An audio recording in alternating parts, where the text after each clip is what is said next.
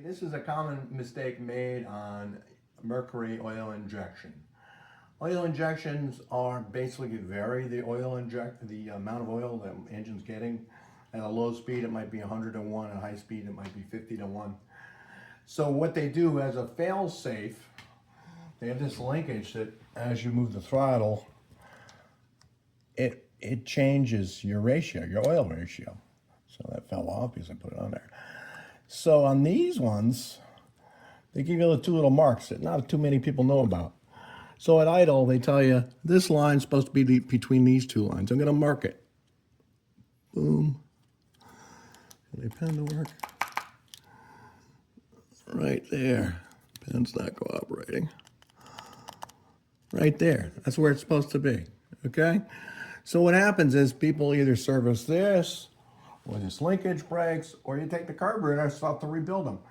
So it reverts to full throttle with this is off. In case this rod breaks, they don't want you at 100 to 1 when it's supposed to be at 50 to 1. So you take this off, see that spring's over.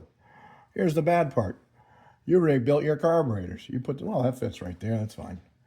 Well, you've got almost full oil, and this will still work at idle, and it'll still operate.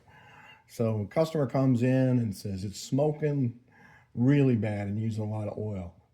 And I just rebuilt the carburetors. Well, they put that on wrong. So you go, oh, that's got to be easy for you. Just disconnect this, line up the two things. You're going to have to hold this because it's spring loaded for a really good reason. And you pop that back on and you're good. Very easy to check. Look for those two lines. I put the white lines there so you can see it, but if you're right at your motor, you can tell. Pretty much all carbureted Mercs have that system.